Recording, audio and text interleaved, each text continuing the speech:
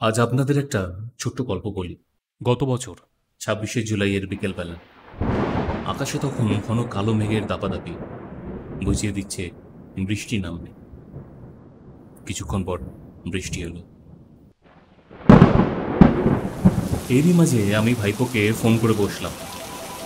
হ্যাঁ রে, অনেকদিন তো হলো, যাবি নাকি? চল তাহলে এই স্যাটারডে ঠিক কর। ফাইনাল তো? হ্যাঁ হ্যাঁ, আমার এই স্যাটারডে ফাঁকাই আছে। ওকে, দেন পরশু দেখা হচ্ছে।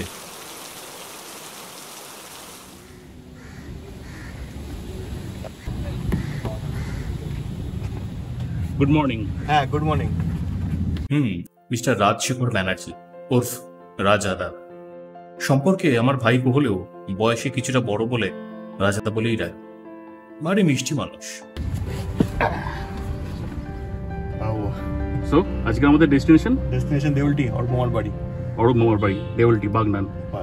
চলো, লেটস গো। ओके। গাড়িতে স্টার্ট দেওয়ার সাথে সাথেই মনের চাকাও যেন তড়িঘড়ি ঘুরতে লাগলো। মনে তখন একরাশ আশা, আসলে অনেকদিন পর যাচ্ছি তো। আমাদের যাত্রা শুরু হলো বেলেঘাটা থেকে বাইপাসে উঠে উল্টোডাঙ্গা ফ্লাইওভার ধরে কেষ্টপুর বাগুইহাটি থেকে এয়ারপোর্টের দিকে। তোমাদের জন্য রইল সকালের ব্যস্তমুখর কিছু মুহূর্ত। আর তার সাথে সাথে সবাইকে একটু অনুরোধ করব, যারা নতুন তারা চ্যানেলটাকে সাবস্ক্রাইব করে দেবেন।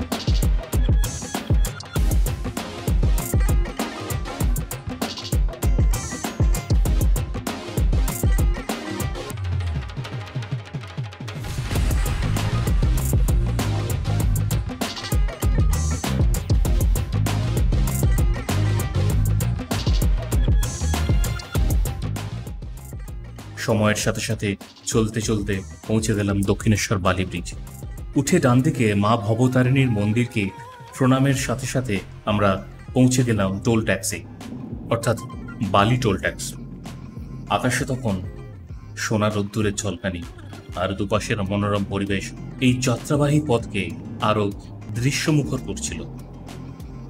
প্রকৃতি বড়ই সুন্দর। আমার বিশ্বাস এই প্রকৃতির সুন্দরতাকে আমরা ডে বাই ডে আরো বেশি সুন্দর করে তুলতে পারব। আমাদের সেই প্রচেষ্টাই থাকা উচিত।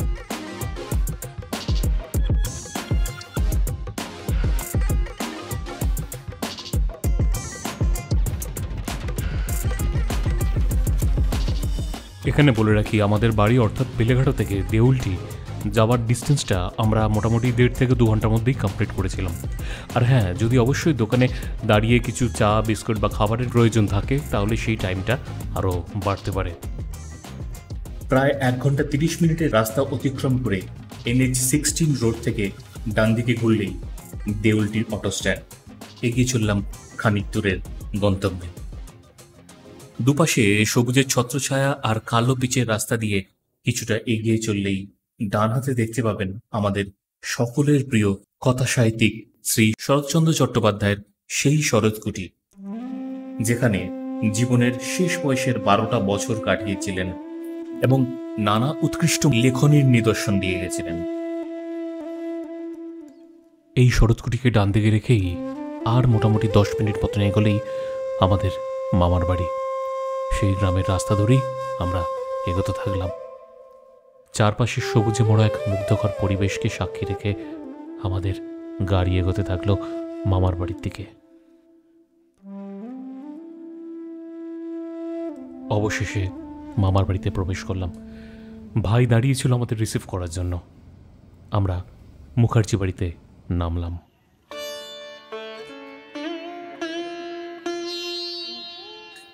যে বাড়িগুলো চোখে পড়ছে একটা সময় মাটি, কাঠ, খড়কুটোর তত্ত্বাবধানে তৈরি হয়েছিল। সীতারাম জিউ মন্দির, যা প্রায় 250 বছর পুরনো। এই মুখার্জি বাড়িরই কোনো এক ছেলে স্বপ্নে পাথর স্বরূপ সীতারামকে তাদেরই পুকুর থেকে পেয়েছিল। তখন থেকে এই সীতারাম এখানে পূজিত, যা 2020 সালে এই বাড়ির লোকেদের প্রচেষ্টায় নবনির্মিত করা হয়।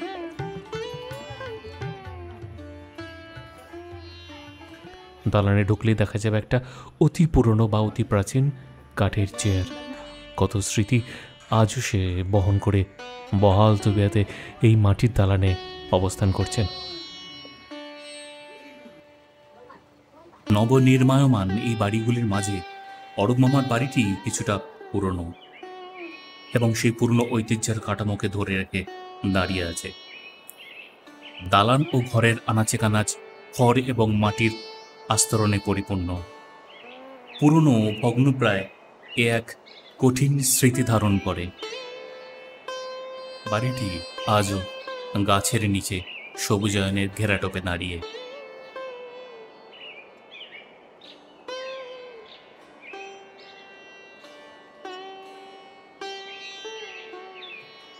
মামা তখন সেই স্মৃতিচারণেই ব্যস্ত। পুরানো দিনের কথা, তার সাথে সাথে পুরনো বাড়ির যত কার্যকলাপ, সেই স্মৃতিচারণে তার কণ্ঠস্বর ভারী হয়ে আসছিল। অরূপ মামার বাড়ি ছাড়া আর বাকি যে মুখার্জি বাড়ির চারপাশ মাটি খড়কুটোতে তৈরি হয়েছিল, আজ তা ক্রমানুসারে ইটের বাড়িতে পরিণত হয়েছে।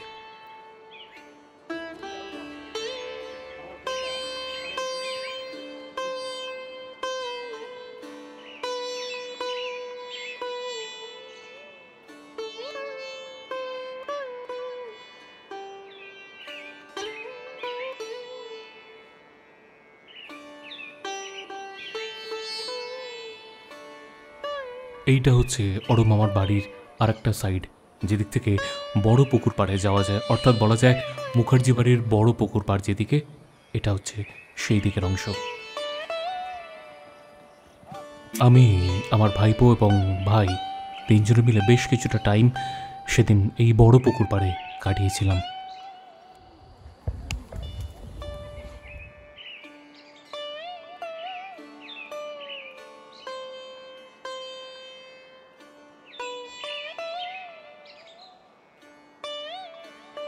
একদা যে রাস্তা মাটির ছিল, আজ তা কংক্রিটের গাঁথনে আটকে আছে।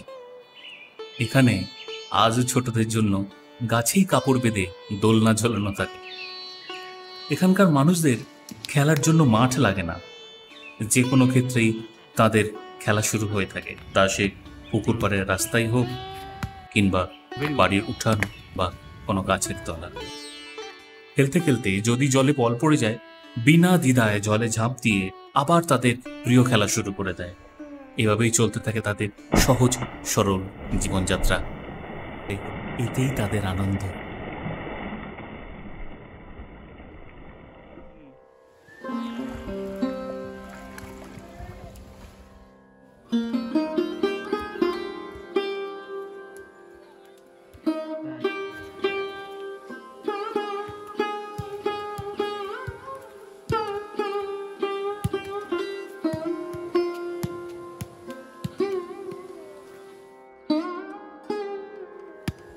সময়ের সাথে সাথে দেখতে পাচ্ছি রৌদ্রোজ্জ্বল আকাশ ক্রমশ কালো মেঘের ঘনঘটায় ছেয়ে যাচ্ছে।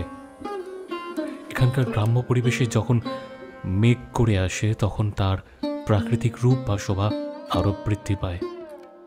এখানকার তাল গাছগুলো আজও পুকুর পাড়কে ছুঁয়ে তাদের মাথা তুলে দাঁড়ায়। চারপাশের এই শোভা কার না ভালো লাগে বলুন তো? এই বাড়ির একটা বিশেষ ইতিহাস আছে। শরৎচন্দ্র চট্টোপাধ্যায়, অনিলা দেবী এবং পঞ্চানন বাবুর সেই ঘটনাসমূহ ইতিহাস কোনো একটা সময় আপনাদের সামনে তুলে ধরব। এটি হচ্ছে পঞ্চানন বাবুর নামে ঘাট। এই পঞ্চানন বাবুই ছিলেন বাড়ির বড় ছেলে এবং অনিলা দেবীর স্বামী। বেলা গড়িয়ে তখন অনেক হলো। ভাই তখন বড় পুকুরে স্নানের উপক্রমে ব্যস্ত।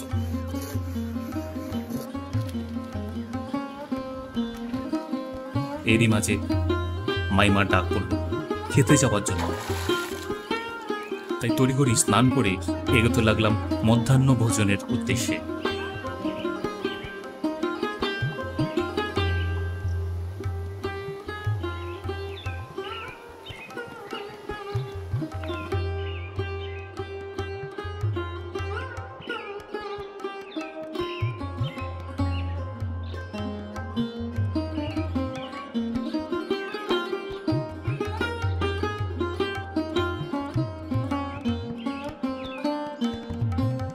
মামা তখন আমাদের জন্য অপেক্ষারত, তারও খিদে পেয়েছে। প্রস্তুতি তখন জোগাড়ের। কতই না রান্না, আলু পোস্ত, ডাল, ভাত, বেগুন ভাজা, পটল ভাজা, বাটা মাছ ভাজা, রুইয়ের ঝোল, ভোলা মাছ, চিংড়ি আলু পটল দিয়ে তরকারি, চাটনি। আহা, আর কি বা স্বাদ! সত্যি এ স্বাদ অনবদ্য। আসলে গ্রামের মানুষদের আন্তরিকতাটাই আলাদা, তাদের ভালোবাসা দিয়ে রান্না হয়, তাই হয়তো স্বাদটা আলাদা।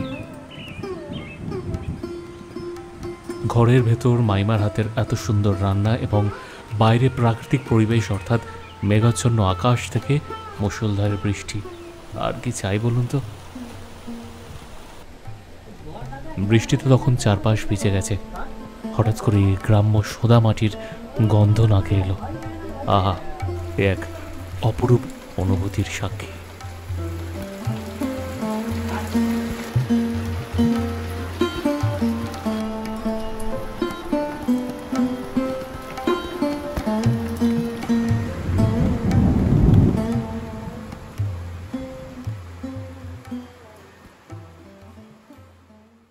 প্রায় 1 ঘন্টা পর বৃষ্টি থামল। বৃষ্টি শেষে এবারের প্রস্তুতি বাড়ি ফেরার। তবে এতক্ষণ তো বাড়ির একাংশ অর্থাৎ আভ্যন্তরীণ পর্বটাই দেখলে, কিন্তু আসল ঐতিহ্যের কিছুটা পর্ব তো বাইরে থেকেই মেলে। ছোট্ট একটু তারই ঝলক আর উপলব্ধি। মাথায় তখন একটাই কথা ঘুরছিল, সত্যি মুখার্জি বাড়ির পরিকাঠামো তখন হয়তো এমনটাই ছিল। শেষবারের মতন মামার বাড়ির বাহ্যিক পরিবেশের কিছুটা অংশ রইল আপনাদের জন্য।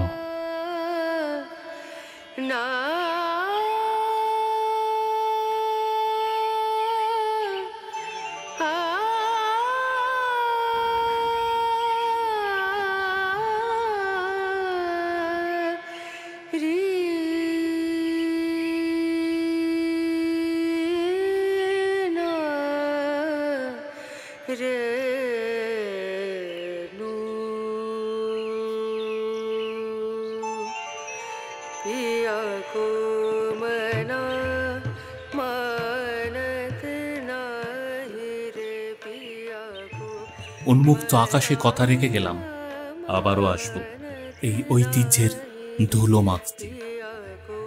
আজ তবে আসি, দেখা হবে আবারও কোনো এক নতুন গল্পে। আর হ্যাঁ, ভালো থাকুন, সুস্থ থাকুন, ঈশ্বরের সান্নিধ্যে থাকুন।